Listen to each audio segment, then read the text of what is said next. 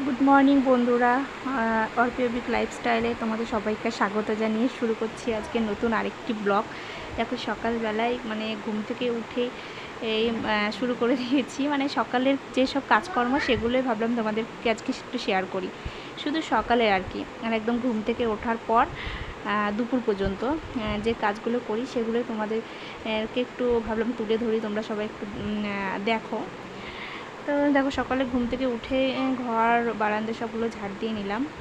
তা ঝাড় দিয়ে মানে সকালে উঠলে কি বলো তো, একটু কাজকর্ম মানে একটু তাড়াহুড়োই লেগে যায়, মানে সকালে প্রচুর কাজ থাকে।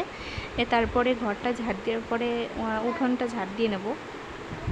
তোমরা আমাকে তো এর আগেও আমি 2-3টে ব্লগ তোমাদেরকে শেয়ার করেছি, তোমরা কেউ কমেন্ট করে তো জানাচ্ছ না যে ভালো কি মন্দ।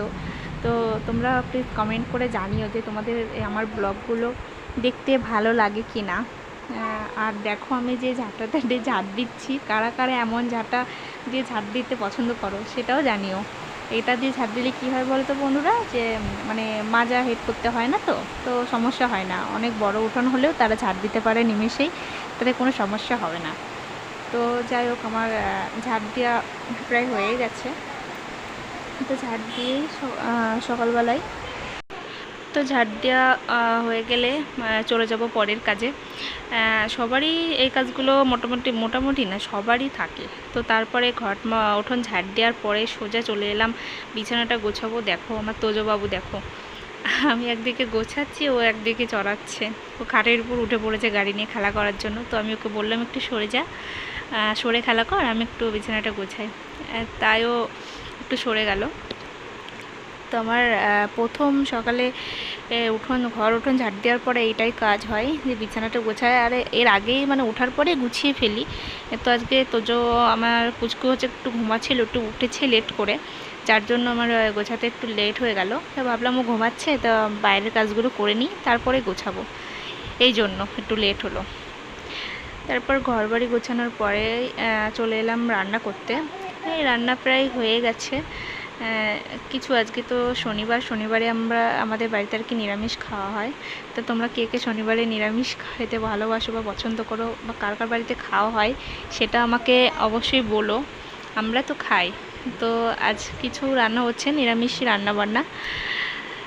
তা শনিবার এলে কি হয় বলো তো, মনে হয় যে কী রান্না করব, নিরামিষ তো। আর এমনি দিন যাই হোক কিছু একটা করে নেওয়া যায়, তো সেটাই করতে বসি। আর আজকে বাইরে ওয়েদারটা একটু মেঘলা মেঘলা, তো তার মানে একটু ভালো লাগছিল। কতদিন পর আজকে একটু সারাদিনে মনে হচ্ছে একটু বৃষ্টি আসবে।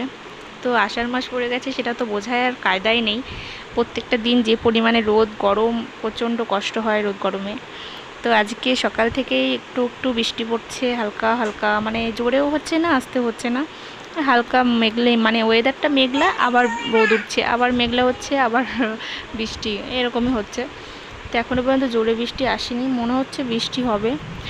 তো বাইরের কাজকর্মগুলো আমার কমপ্লিট হয়ে গেছে। এখন যদি একটু বৃষ্টি হতো তার খুবই ভালো হতো। আর কারেন্টও নেই, তাই ভাবলাম যে রান্নাটা করে নিই। সকালে রান্নাটা একটু তাড়াতাড়ি না হলে হয় না, কারণ নাহলে খেতে লেট হয়ে যাবে। তো খাওয়ার পরেও তো অনেক কাজ থাকে, তো সেগুলো করতে হবে। তা আমি একা হাতে, তো ওই জন্য একটু লেট হয়ে যায়। একা হাতে একটু যদি কেউ সাহায্য করার থাকে তাহলে তাড়াতাড়ি হয়। যেহেতু আমার একা করতে হয়, আমার বাচ্চা আছে, তাকে রেডি করে স্কুলে দিয়ে আসতে হয়, আবার নিয়ে আসতে হয়। তো সেই জন্য আমার একটু সকালে তাড়াহুড়ো বেশি হয়ে যায় আর কি, তাড়াহুড়ো করে সব কিছু করতে হয়। তা যদি কোনো ভুলভাল হয়ে থাকে নিজের বোন মনে করে ক্ষমা করো। আর ভালো লাগলে নিশ্চয়ই কমেন্ট করে জানিও, তোমরা তো কোনো রিপ্লাই দাও না।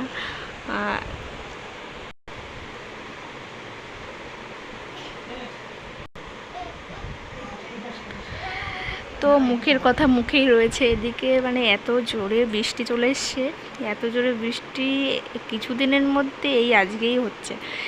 মানে আসে 2-1 ফোঁটা, মানে পরে আবার বন্ধ হয়ে যায়, হয়ে আবার রোদ বেরোয়। তো দেখো মানে ভীষণ জোরে বৃষ্টি এসছে, ভীষণ জোরে। তো সেটাই তোমাদেরকে একটু দেখালাম। বৃষ্টি আসলে না আমার বেশ মজাই লাগে। এবার তোমাদের কেমন লাগে তোমরা বলো। বৃষ্টি আসলে মনে হয় একটু ঠান্ডা ঠান্ডা ওয়েদার থাকে, বেশ বেশ ভালো লাগে। তো তোমরা শেষ করলাম।